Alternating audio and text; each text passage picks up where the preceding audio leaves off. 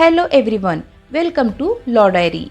Friends, आज की इस वीडियो में हम डिस्कस करने वाले हैं difference between judicial custody and police custody के बारे में।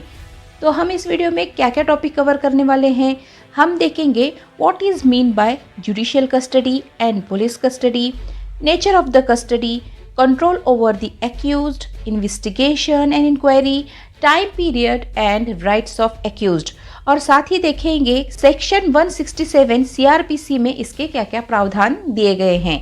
तो बढ़ते हैं वीडियो की ओर। दोस्तों, पिछली वीडियो में हमने देखा था कि ऑफेंसेस 2 टाइप के होते हैं, एक कॉग्निजेबल ऑफेंस और दूसरा non cognizable offence. Cognizable offence वो होते हैं जिसमें पनिशमेंट 3 साल से ज़्यादा की होती है, और नॉन कॉग्निजेबल ऑफेंस वो होते हैं जिसमें पनिशमेंट 3 साल से कम की होती है।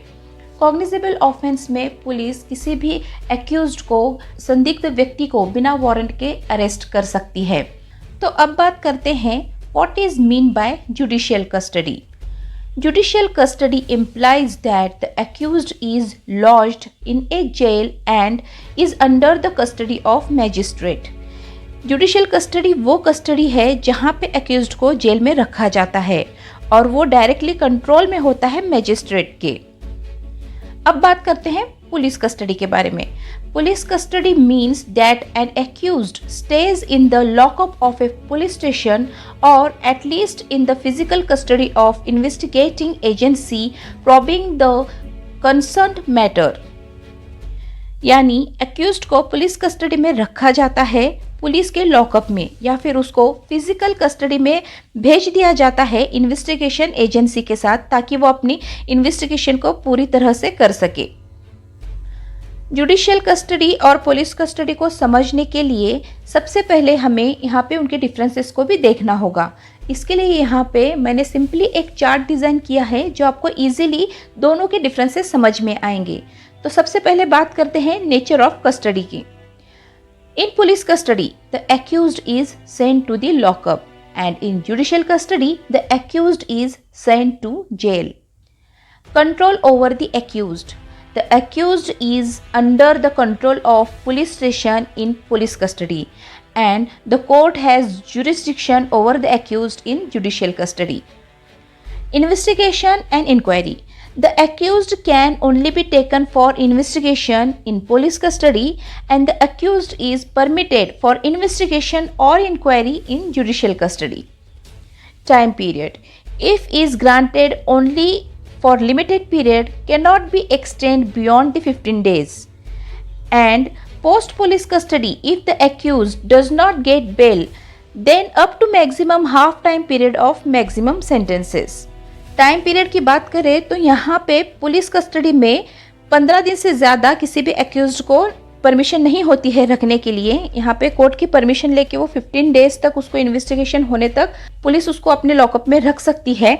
जुडिशियल कस्टडी में ये टाइम पीरियड 16 डेज या 90 डेज तक का होता है। जब तक कि बेल नहीं मिलती तब तक एक्यूज्ड को जेल में ही रहना होता है। Rights of accused. Police custody the person has the right to legal counsel, right to be informed of the grounds which the police have to ensure. Police custody में इंट्रोगेशन के time advocate present रह सकता है। Judicial custody in jail the person under the responsibility of magistrate, the prison manual comes into the picture for routine conduct. Judicial custody में accused prison manual के तहत अपने rights को enjoy करता है।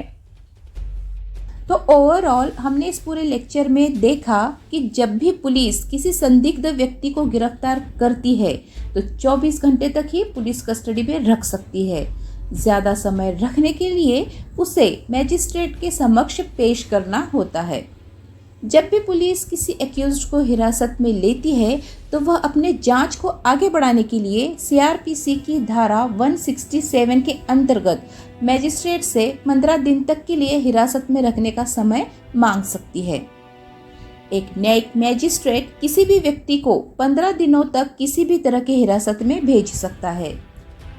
पुलिस कस्टडी तब शुरू होती है जब पुलिस अधिकारी किसी एक्यूज्ड को अरेस्ट कर लेती है, और जुडिशियल कस्टडी तब शुरू होती है जब न्यायाधीश आरोपी को पुलिस कस्टडी से जेल भेज देता है।